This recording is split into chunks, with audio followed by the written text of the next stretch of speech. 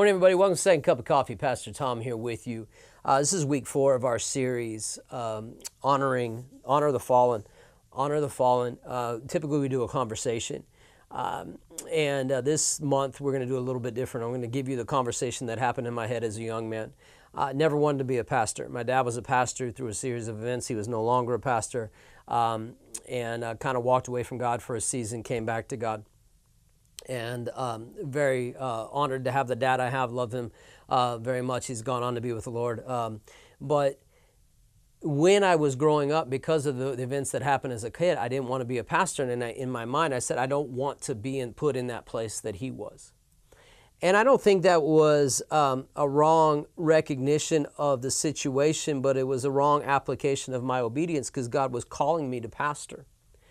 And I had to walk through what I've been talking to you about. How do you honor the good and not focus on the bad? See, the reason I focused on the bad was because it was my get out of jail free card. I didn't have to do what God wanted me to do because I saw somebody else fail at it. Can I tell you unequivocally, that doesn't work before God. And you want to get that right on this side because I don't want to have that conversation on the other side. And even when I would make deals with God, he would hijack my deals because I told him, I said, if my dad ever goes back to church, God, I'll go back to church. Well, I was a junior in college and my dad called me one day, could tell you where I was sitting, tell you, I mean, it's seared in my mind because he called me, he said, I just called you to tell you I'm going back to church. Dead silence on the phone from me. To the point he's like, did you hear me? And I'm like, yeah, I heard you. And I'm a little irritated. Why? Because I made a deal with God. If he goes back to church, I'll go back to church. Well, I didn't go back to church. Why? Because I didn't want to go back to church. It had nothing to do with my dad being a success or a failure at being a pastor. It had everything to do with my rebellion and my sin. And so I had to walk through that. So sometimes, as we talked about in the past weeks, we keep people on the wall, and we don't want to take them down off the wall. We don't want to bury the bones of their sin because we want to use that as an excuse not to do what God's asked us to do. So what do we do to combat that? Well, it says at the end of 1 Samuel 31 that they took the bones and buried them, we talked about last week, under the tamarisk tree at Jabesh, and fasted 7 days. Why do you fast? They're fasting for mourning, for remembrance, those things. Why do you fast? For a reset. Why are you fasting for the reset? Because you need to begin to see things clearly, not just see the storm, but see the provision.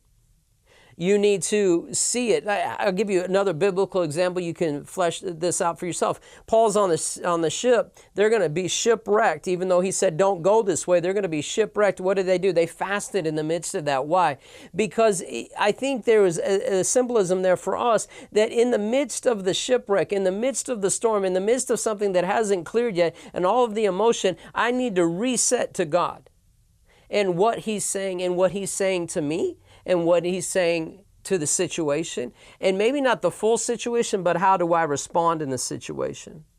Because I have to tell you, your healing and your coming out the other side is going to be a meandering path of grace. It's probably not going to be A to B.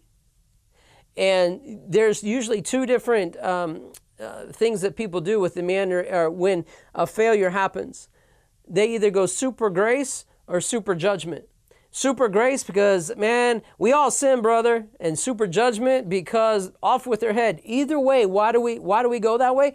Because we just want it done, and they're simpler, they're cleaner, and they just get it done. Super grace, forgive them, let's move on. Super judgment, let's off with their head, let's move on. But the meandering path of grace has everybody's best intentions or best plans in mind, and so it meanders, and it's slower. And it's curves, and it goes up, and it comes back, and there's hills, and there's valleys, and all those things. Why? Because it's not the path I'm walking on, but the one I'm walking with. And my relationship with him is what is at stake. If you don't want to do what God is asking you to do, and you are using the failure of somebody else as an excuse, take it from somebody who did that for years and years and years and years and years. It is not worth that journey. Take the meandering path to grace with him. Walk with him, get to know him. As you get to know him, you'll begin to love him. As you love him, you'll trust him. As you trust him, you'll be obedient to him. And in that obedience, you're going to find a fulfillment in life and purpose that you wouldn't find any other way. I know it's a little bit different. We don't have another voice. It's not a conversation. But these are the conversations that I had to walk through in my own head to get to the place of purpose in my own life. I'm telling you, it's worth the journey. But you got to stay on the meandering path of grace, because that's the only way to get to your destination.